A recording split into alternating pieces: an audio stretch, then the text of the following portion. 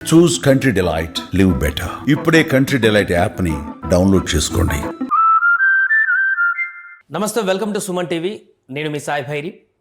Game changer సినిమాకి సంబంధించి దిల్ రాజు సోదరుడు ప్రొడ్యూసర్ శిరీష్ చేసినటువంటి కామెంట్స్ ఇప్పుడు తీవ్ర దుమారం రేపుతున్నాయి.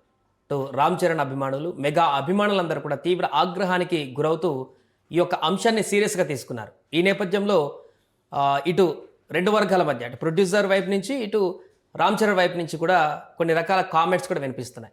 అసలు ఏం జరిగింది ఇద్దరి మధ్య, అంటే ముఖ్యంగా రామ్ చరణ్ అభిమానులు ఇంత ఆగ్రహానికి గురి కావడానికి గల కారణాలు ఏంటి, అసలు వారేం మాట్లాడారో శిరీష్, దీనికి సంబంధించిన పూర్తి వివరాలు కూడా మనం డిస్కస్ చేద్దాం. మనతో పాటు సీనియర్ ఫిలిం జర్నలిస్ట్ ప్రభు గారు ఉన్నారు. సార్ నమస్తే. నమస్తే. సో ఈ విషయం అంతా సోషల్ మీడియాలో హల్చల్ చేస్తుంది నిన్నటి నుంచి. దానికంటే ముందు అటు రామ్ చరణ్ అభిమానులకు సంబంధించి ఒక లేఖ కూడా విడుదల చేశారు. శిరీష్ చేసినటువంటి కామెంట్స్కి సంబంధించి ఒక రకంగా హెచ్చరిక అన్నట్టుగానే టైటిల్ పెట్టారు. ఆ లేఖను ఒకసారి చూసిన తర్వాత మనం ఈ డిస్కషన్లోకి వెళ్ళేటువంటి ప్రయత్నం చేద్దాం. దీంట్లో సార్ ముందుగా global star Ram Charan fans అనేటువంటి ఒక టైటిల్ తోటి, ఒక లెటర్ హెడ్ ప్యాడ్ తోటి మనకి ఇది ఇచ్చినట్టు కనపడుతుంది. ఇది గమనిక కాదు, చివరి హెచ్చరిక. సినిమా అనేది ఒక బిజినెస్, దానిలో లాభాలు వస్తాయి, నష్టాలు వస్తాయి అని అందరికీ తెలుసు. మీ ప్రొడక్షన్ హౌస్లో మీరు చేసే సినిమాలన్నీ మీ వల్లే విజయాలు, మీ వల్లే లాభాలు వస్తాయని చెప్పుకునే మీరు ఒక సినిమా నష్టపోవడానికి అది అందరికీ ఆపాదించడం ఎంతవరకు సమన్యాయం? దాంతో ఇంకొక పాయింట్లు ఇస్తూ వాళ్ళు క్వశ్చన్స్ రైజ్ చేశారు. నెంబర్ వన్ నేను ఒకటే టైంలో 14 రీల్స్ సంస్థ హీరో గురించి ఒక్కసారైనా మాట్లాడారా అనేటువంటి ప్రశ్న. అలాగే రెండో ప్రశ్న కింద చూస్తే, మైత్రి బ్యానర్లో ఫ్లాప్స్ వచ్చినప్పుడు ఎక్కడైనా ఎవరైనా హీరోల గురించి సంభాషించారు. మూడో ప్రశ్న, సైంధవ్ ఫెయిల్ అయ్యాక ఆ నిర్మాత వెంకటేష్ గారి గురించి ఎందుకు ఒక్క మాట కూడా మాట్లాడలేదు. నాలుగో పాయింట్ వస్తే, సంక్రాంతికి వస్తున్నాం అనేటువంటి సినిమా హిట్ అయినటువంటి తర్వాత వెంకటేష్ గారికి ఎంత ఇచ్చారు? ముందు మాట్లాడుకున్నంతే ఇచ్చారా? హిట్ అయింది కాబట్టి ఎక్కువ ఏమైనా ఇచ్చారా? ఐదో పాయింట్, దర్శకుడు శంకర్ ఉన్నాడు అని వెళ్ళింది ఎవరు? 1 సంవత్సరం అంటూ 3 సంవత్సరాలు వృధా చేసింది ఎవరు? ఆరో పాయింట్, RRR తర్వాత మీతో సినిమా చేసిన హీరో మీద మీరు విషం చిమ్మడం కరెక్టేనా? మా అభిమానులు 3 ఏళ్లుగా ఓ సినిమా కోసం ఎదురు చూసి అది కూడా ఫ్లాప్ అయ్యిందని మానసిక క్షోభతో ఉన్నారు. మీరు మాత్రం ప్రతిరోజు ఇదే విషయాన్ని మీద మాట్లాడుతూ హీరో గురించి, సినిమా గురించి విషం చిమ్ముతూనే ఉన్నారు.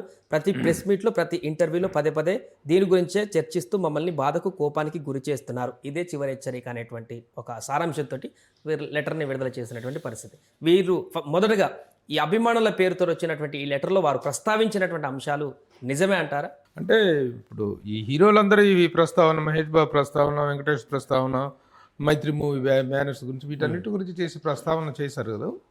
అయితే ఆ సందర్భాల్లో ఏ హీరో అయినా ఒక సినిమా జయాపజయాలను ఎంతవరకు అతని బాధ్యత ఉంటుంది అనేటువంటి విషయాన్ని కనుక మనం చూసుకుంటే, ఏ సంస్థ కానీ, ఏ నిర్మాత కానీ నా హీరో కారణం ఈ ఫెయిల్యూర్కి అనేది చెప్పేటువంటి అవకాశం లేదు. ఇటు వీళ్ళు కూడా ఆ మాటని చెప్పలేదు. ఫెయిల్యూర్కి కారణాన్ని తను ఇచ్చేసి రామ్ చరణ్ కారణం అనేటువంటి విషయాన్ని చెప్పలేదు. కానీ పదే ఆ ప్రస్తావన తీసుకొస్తూ అనవసరంగా ఆ ఇంటర్వ్యూస్, మొన్న దిల్ రాజు గారు ఈ సినిమా ప్రమోషన్లో భాగంగా రేపు జూలై 4th రిలీజ్ కానున్నటువంటి ఆ సినిమా తమ్ముడు ప్రమోషన్స్లో భాగంగా ఇంటర్వ్యూలు ఇస్తూ వస్తున్నారు. ఆ ఇంటర్వ్యూలో అనివార్యంగా ఈ ప్రస్తావన వస్తుంది. నేను ఇంటర్వ్యూ చేశానండి. ఇంటర్వ్యూ చేసిన టైంలో ప్రభు గారు దయచేసి గేమ్ చేంజర్ గురించి మాట్లాడకండి, ఎప్పటికే ఎక్కువగా ఏం అడగండి, ఎక్కువ అయిపోయింది దాని గురించి మాట్లాడటం అనేది, వద్దదిగా అయిపోయింది, ఒక chapter is close, that's all అని దిల్ రాజు గారు చెప్పారు. అయితే ఇంతలో శిరీష్ ఇచ్చినటువంటి ఇంటర్వ్యూ మాత్రం ఈ దుమారానికి కారణమైంది. ఆ ఇంటర్వ్యూలో తను మాట్లాడుతూ మమ్మల్ని ఎవరు పట్టించుకోలేదు, హీరో కానీ డైరెక్టర్ కానీ పట్టించుకోలేదు అనేటువంటిది, సినిమా ఫెయిల్ అయిన తర్వాత మమ్మల్ని ఇది చేయలేదు అనేటువంటి మాట మాట్లాడటంతో అభిమానులు నిజంగా రియాక్ట్ అయ్యారు. There is a very reason for that. వాళ్ళ కోపంలో ఇదేం లేదు. ఎందుకంటే ఏ సినిమా రిలీజ్ అయ్యి ఫెయిల్యూర్ అయినా సరే, ఏదే జరిగినా సరే, దానికి సంబంధించిన రిజల్ట్ను బట్టి, ముఖ్యంగా ఇలాంటి ఒక అనూహ్యమైన డిజాస్టర్ ఎదురైనప్పుడు హీరో మీకు ఎంతవరకు కోఆపరేట్ చేశాడా లేదా అనేటువంటిది 3 సంవత్సరాల పాటు తన టైం డెడికేట్ చేసి RRR లాంటి ఒక పెద్ద హిట్, గ్లోబల్ హిట్ తర్వాత మీకు డేట్స్ ఇచ్చిన తర్వాత, మీరు డేట్స్ ఇస్తే ఆ సినిమాని అవుట్డేటెడ్ పర్సన్, నిజంగా శంకర్కి అనకూడదు, అతను ఒక గొప్ప డైరెక్టరు, ఇండియా మొత్తం కూడాను, మనం పాన్ ఇండియాని ఈ రోజున మాట్లాడుకుంటున్నాం, ఆ రోజునే పాన్ ఇండియా సినిమాలు తీసినటువంటి గొప్ప డైరెక్టర్ అతను. కానీ ఒక స్టేజ్ దాటిన తర్వాత చిప్పు చిట్లిపోయింది అనేటువంటి డౌట్ వచ్చేస్తుంది. ఇంకొక అంశం కూడా వైరల్ అవుతుంది సార్ సోషల్ మీడియాలో. ఫ్యాన్స్ అంటున్నటువంటి ఒక ఎలిగేషన్ ఏంటంటే శంకర్ గారికి ముందు సినిమాకి సంబంధించినటువంటి అడ్వాన్స్ ముందే ఇచ్చేసి లాక్ అయిపోయారు కాబట్టి తప్పని పరిస్థితుల్లో రామ్ చరణ్ కూడా కొనసాగిస్తూ ఈ సినిమా ముందే తెలిసినా కూడా పూర్తి చేశారు. ఎట్లా తెలుసుద్ది? ముందు ఎలా తెలుసుద్ది? శంకర్ ఇంత చెత్త తీస్తాడని చెప్పాడు నా కలగంటాడా? శంకర్ లాంటి డైరెక్టర్, ఇంత హై ఇండియా లెవెల్లోనే ఒక గొప్ప పాపులారిటీ ఉన్న డైరెక్టర్ ఇంత అబ్సర్డ్ ఫిలిం తీస్తాడని ఎవడు ఊరికి ఊహించడు. కానీ కొన్ని సందర్భాల్లో పరిస్థితులు చేజారిపోతుంటాయి. చేజారిపోయిన తర్వాత ఇక్కడ వచ్చిన తిప్పలల్లా ఇప్పుడు ఒక సినిమా ఫెయిల్ అవుతుంది, success is all part of the game. కానీ మమ్మల్ని ఎవరు పలకరించలేదంటే మీరు పలకరించారా రామ్ చరణ్ని? ఏ హీరో అయినా ఫెయిల్ అయిన తర్వాత పోయి మొహం చల్లని తనమే వస్తుంది ఎవరికైనా సరే. ఎవరికైనా మొహం చల్లదు. అయ్యో ఇంత RRR తర్వాత ఇంత పెద్ద ఇదిలో ఉన్నటువంటి హీరోకి మనం డేట్స్ తీసుకొని ఇలా చేసామని మీరేమైనా సానుభూతిగా ఆయన పలకరించారా? ఆయన మాత్రం మిమ్మల్ని పలకరించి ఏం చెప్పాలి, మీకు ఏం సానుభూతి చెప్పాలి మీకు? ఆ విషయాన్ని అనవసరంగా ప్రస్తావించి సిరీస్ చేసినటువంటి ఇది ఈ రభస కారణం అయిపోయింది.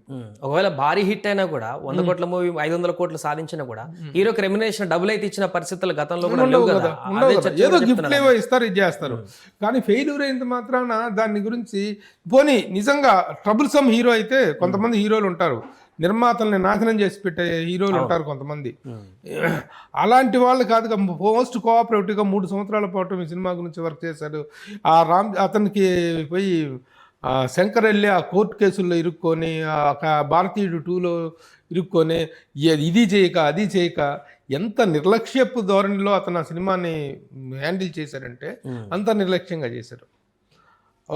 ఆ స్థాయి డైరెక్టరు ఇంత డిజాస్టర్స్ సినిమా ఇవ్వటానికి ఏంటి కారణాలు అంటే, ఒక్కొక్క సందర్భంగా కొన్ని సినిమాల విషయంలో సబ్జెక్ట్ రెడీ లేకుండా, కథ ఏది రెడీ లేకుండా, కాంబినేషన్ మాత్రమే సెట్ అయితే సినిమాకి వెళ్ళిపోదాం అనేటువంటి ఇది దిల్ రాజు లాంటి నిర్మాత దగ్గర నుంచి కూడా రావటం చాలా దురదృష్టకరం. మరి ఆయన అట్లా లాక్ అయిపోయారు. ఆయన ఒక్కొక్క సందర్భంలో ఎవ్వరూ ఏమీ చేయలేని పరిస్థితులు ఉంటాయి. ఆ పరిస్థితుల్లో జరిగింది. కానీ దానికి ఇతన్ని కారణాలు చేసి మాట్లాడటం అనేటువంటిది బాధాకరం. ఎందుకంటే ఫ్యాన్స్ చాలా ఇదిలో ఉన్నారు. దాని తర్వాత RRR లాంటి హిట్ తర్వాత 3 సంవత్సరాలు వెయిట్ చేస్తే దానికి ఇదా రిజల్ట్. పోనీ రిజల్ట్ వచ్చింది, మేము నోరు మూసుకు కూర్చున్నాం, మమ్మల్ని పలకరించలేదంటే మిమ్మల్ని పలకరించడానికి ఆయనకున్నటువంటి ఇదేంటి? ఆయన పలకరించిన వాళ్ళు, ఆయనకు సానుభూతి చెప్పిన వాళ్ళు ఆయన ఉన్నారా? తనకి చేయాలి కదా, తనను కూడా మనకి కన్సోల్ చేయాలి కదా, ఆ రిలేషన్ మెయింటైన్ చేయాలి కదా. ఒకవైపు దిల్ రాజు గారు ఏమో నేను రామ్ చరణ్ గారితో ఎట్లాగానే హిట్ కొట్టాలి అని తను బాధపడుతూ తన బాధను వ్యక్తం చేస్తుంటే తిని ఇలాంటి ఒక స్టేట్మెంట్ ఇవ్వడంతో ఆ 2 స్టేట్మెంట్ కాంట్రాడిక్ట్ అయ్యి తమ్ముడు తెచ్చిన తంట ఇది. సో ఇప్పుడు ఒక సీనియర్ ఫిలిం జర్నలిస్ట్గా మీరు ఒకటి చెప్పండి, అసలు గేమ్ చేంజర్ ప్రధానంగా ఇంత డిజాస్టర్ కావడానికి గల కారణాలు ఏమని అనుకుంటున్నారు? సబ్జెక్ట్ ఏ సినిమా అయినా కంటెంట్ ఈజ్ ద కింగ్. ఆ సబ్జెక్టులో అసలు ఎలాంటి విషయం లేదు, ఏ విషయం లేనటువంటి ఒక పిచ్చి సినిమా తీసి పడేశారు, అంతట్లో డౌటే లేదు. దానికి ఫస్ట్ బిగినింగ్లో ఒక్కొక్కటి ఏంటి జరుగుతుందంటే, కథ చెప్పినప్పుడు ఉండేటువంటి ఇది ముఖ్యంగా డైరెక్టర్ మీద ఉండే నమ్మకం. సినిమాలో ఒక తెర మీద కనిపించే పూచిక పుల్లకైనా పూచికతో దర్శకుడే. ఇప్పుడు ఆల్ఫ్రెడ్ హిచ్కాక్ మాట అంటారు, cinema to make a successful cinema you need 3 things అంటాడు. ఏంటంటే ఆ 3 things ఏంటంటే script, the script and the script. Script, the script and the script. అంటే only script, the good content only can make a good film అనేటువంటిది అందరూ accept చేయాల్సినటువంటి అనమాట. Everybody has to accept this. అలాంటి స్క్రిప్ట్ అనేటువంటి దాంట్లో సంతృప్తికరమైనటువంటి ఇది లేకుండా స్టార్ట్ చేసినటువంటి combination oriented cinema game changer. ముందు చెప్పినప్పుడు ఒకలాగా అనిపించి, సరే అంత పెద్ద డైరెక్టర్ని ఈ సీన్ ఏంటి, ఇది ఎక్కడ తీస్తున్నా, ఇదిలా తీస్తున్నా, అదిలా తీస్తున్నాం అని చెప్పి నిలదీసే పరిస్థితి లేదు. పోనీ అతనేమన్నా బాధ్యతాయుతంగా ప్రవర్తించాడంటే లేదు, చాలా బాధ్యత రహితంగా ఒక తెలుగు నిర్మాత ఫస్ట్ టైం ఒక తెలుగులో స్ట్రైట్గా ఒక సినిమా చేస్తూ ఆ డైరెక్టర్ ప్రొడక్షన్ పట్ల కానీ ఆ హీరో ఇమేజ్ పట్ల కానీ ఎంత బాధ్యతాయుతంగా ఉండాల్సిన వాడు ఎంతో బాధ్యతారహితంగా ఉన్నాడు.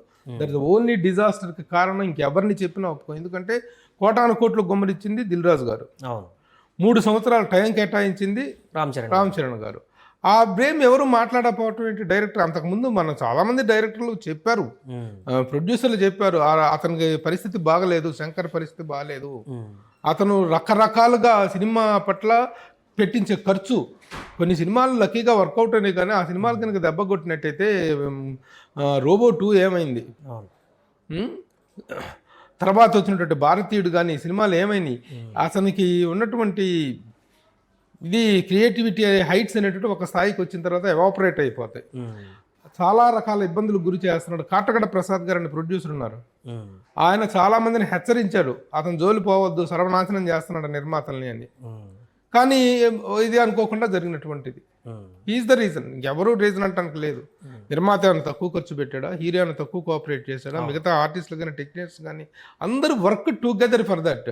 But the directors responsibility and అతను వేరే కమిట్మెంట్స్ పెట్టుకొని ఇక్కడ ఇంత పెద్ద ప్రాజెక్ట్ పెట్టుకొని వేరే ప్రాజెక్టులకి వెళ్ళి అక్కడ గొడవలు పడి ఆ సినిమా ఆగిపోయి కోర్టులకి వెళ్ళి the only reason for the disasters failure of Game Changer is none other than director Shankar. Right. ఇప్పుడు ప్రొడ్యూసర్ శిరీష్ గారు సరే ఉద్దేశపూర్వకంగా చేశారు, ఆ సందర్భంగా హోస్ట్ వల్ల చేశారో తెలియదు కానీ చేశారు, వీళ్ళు ఫ్యాన్స్ ఆగ్రహించారు.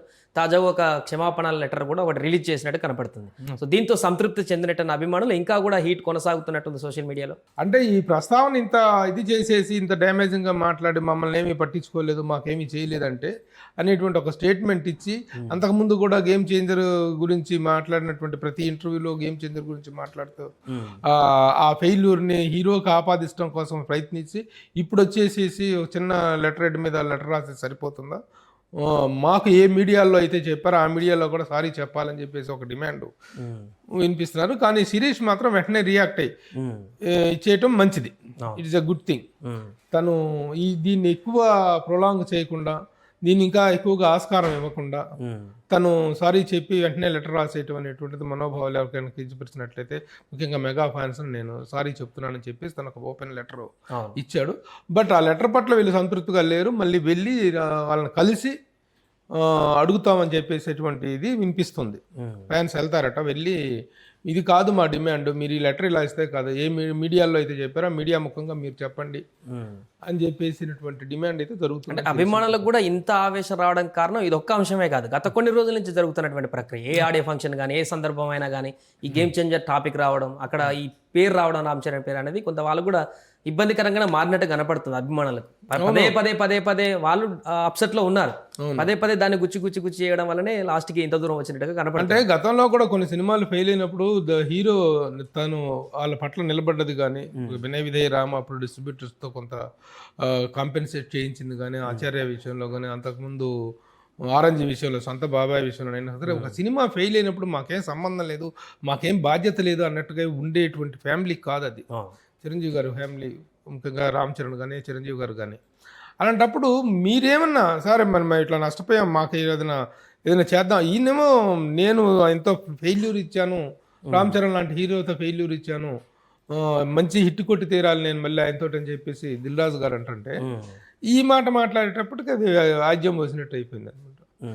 సో వాళ్ళకి ఆ రెస్పాన్సిబిలిటీ లేక కాదు, ఆ బాధ్యత తెలియక కాదు. చాలా సందర్భాల్లో రామ్ చరణ్ చాలా పాజిటివ్గా స్పందించిన సందర్భాలు ఉన్నాయి. మీరు కూర్చొని మాట్లాడుకున్నది ఎక్కడుంది, మాట్లాడుకోకుండానే మమ్మల్ని చేయలేదు, మమ్మల్ని పట్టించుకోలేదంటే పట్టించుకోవటం అంటే ఏం చేయాలి, పట్టించుకొని. సో ఇది క్షమాపణ చెప్పారు కాబట్టి ఇప్పుడు ఇంతటితో ఈ సద్దు మరిగినట్టే అనుకోవచ్చా, లేకుంటే ఇది ఇంకా కొనసాగే ప్రక్రియ చూడాలా? అదే ఇక ఫ్యాన్స్ ఏదో అడుగుతున్నారు, దానికి కనుక శిరీష్ కనుక పాజిటివ్గా రియాక్ట్ అయితే సద్దు మరిగినట్టే అనుకుందాం. కానీ ఇక ముందు కూడా ఎవరు కూడాను ద హీరో అనేవాడు a lion in the cage, బయటకు తీసినప్పుడు ఒక సింహం తను గర్జిస్తుంది, ఎట్లా నైట్ చేస్తుందో అలాంటి వాడు నువ్వు ఆ డైరెక్టర్ అనేటి వాడు ఎలా చేయించుకుంటే అలా చేసేటువంటి వాళ్ళు వీళ్ళు.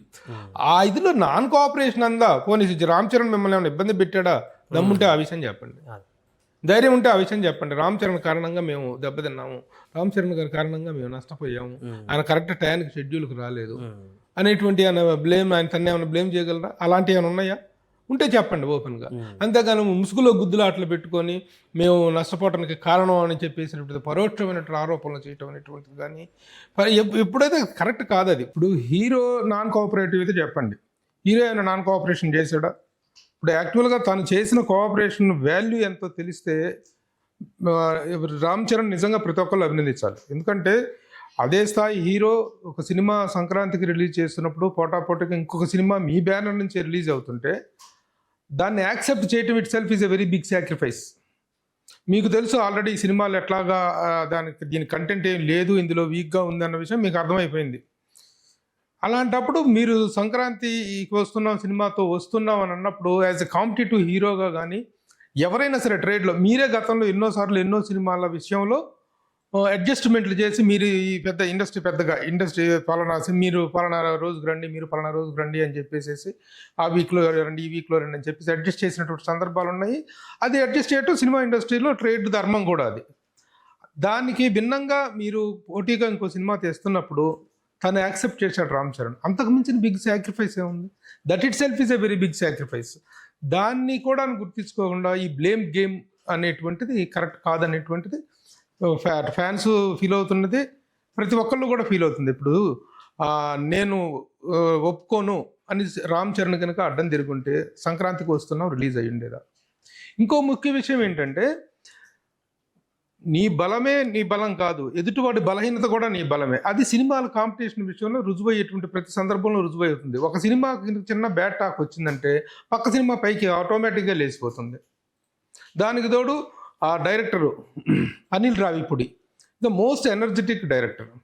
తను సినిమాని ప్రమోషన్ కోసం తను నిలబడ్డ విధానం ఏంటి, మీ డైరెక్టర్ శంకర్ నిలబడ్డ విధానం ఏంటి? శంకర్ అనే తనతో ప్రమోషన్స్ జరిగినాయి, అసలు ఆ సినిమా ప్రమోషన్స్కి ఎంత యాక్టివ్గా జరిగినాయి, ఈ సినిమా ప్రమోషన్స్ ఎంత డల్గా జరిగినాయి, ఇవన్నీ కూడా కౌంట్లోకి వస్తాయి కదా. అలాంటప్పుడు you should not get in to this blame game.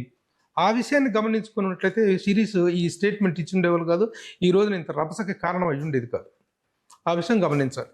పరోక్షమైన ఆరోపణ కదా మీ స్థాయి వ్యక్తులు, ఎందుకంటే దిల్ రాజు గారు కానీ వెంకటేశ్వర అనేటువంటిది బ్యానరు ఒక కమాండ్ తోటి ఒక కమిట్మెంట్తో సినిమాలు తీసినటువంటి బ్యానర్. నిర్మాత యొక్క ఆత్మగౌరవం, నిర్మాత యొక్క సెల్ఫ్ రెస్పెక్ట్ అనేటువంటి దాన్ని కాపాడుకుంటూ వస్తూ పెద్ద పెద్ద స్టార్స్తో తీశారు, నాన్ స్టార్స్తో తీసి విజయాలు సాధించారు. అలాంటి కమాండ్ ఉన్నటువంటి మీరు సినిమా తీస్తున్నప్పుడు మీ కమాండ్లోంచి ఎందుకు పోయింది సినిమా, ఎందుకు జారిపోయింది, దానికి బాధ్యత వహించుకోవాల్సింది మీరే కదా. కాబట్టి ఎవరినో కార్నర్ చేయకూడదు. మీకు చేతనే కార్నర్ చేస్తే డైరెక్ట్గా give an attack on the director తప్ప ఇంకొక కారణం అని మాత్రం అనుకోవటానికి లేదు. That is 100% correct. ఆ సబ్జెక్ట్ని బిగినింగ్ డేస్లో కొంత యాక్సెప్ట్ చేసినప్పుడు మీ అంచనాలు ఏంటో తెలియదు, తీరా అది తెర మీదకి వచ్చేటప్పటికి మాత్రం డిసప్పాయింటింగ్ రిజల్ట్ అనేటువంటిది వచ్చింది. Right sir. సో అది మొత్తానికి ప్రస్తుతం సోషల్ మీడియాలో రామ్ చరణ్ అభిమానులు కొంత ఆగ్రహానికి గురైనట్టుగా కనపడుతుంది. ఒక లెటర్ కూడా రిలీజ్ చేశారు. దానికి కౌంటర్గా ఇటు శిరీష్ గారు కూడా క్షమాపణతో ఒక లెటర్ రిలీజ్ చేస్తారు. ఇద్దరితో ఇది సద్దుమణిగేటువంటి అవకాశంగా మారుతుందా లేదా చూడాలి. ప్రభు గారు చెప్తున్న ప్రకారం అయితే ఈ సినిమా డిజాస్టర్కి ప్రధాన కారణం డైరెక్టర్, అంతేకాని పదే పదే రామ్ చరణ్ పేరు తీసుకురావడం లేదా ఇతరుల పేరు తీసుకురావడం అనేది మంచి పద్ధతి కాదు. అన్ఎక్స్పెక్టెడ్గా వచ్చినా కూడా దాన్ని వెంటనే సరి చేసుకున్నారు కాబట్టి నిర్మాతలు కూడా ఇది ఇంతటితో ఇంకా సద్దుమణితే బాగుంటుందని కూడా తన అభిప్రాయాన్ని వ్యక్తం చేస్తున్నారు. మళ్ళీ కలుద్దాం వేరే టాపిక్లో. చూస్తున్నాండి సుమన్ టీవీ. సుమన్ టీవీలో మీ పర్సనల్ అండ్ బిజినెస్ ప్రమోషన్స్ కోసం కింది నెంబర్కి కాంటాక్ట్ చేయండి.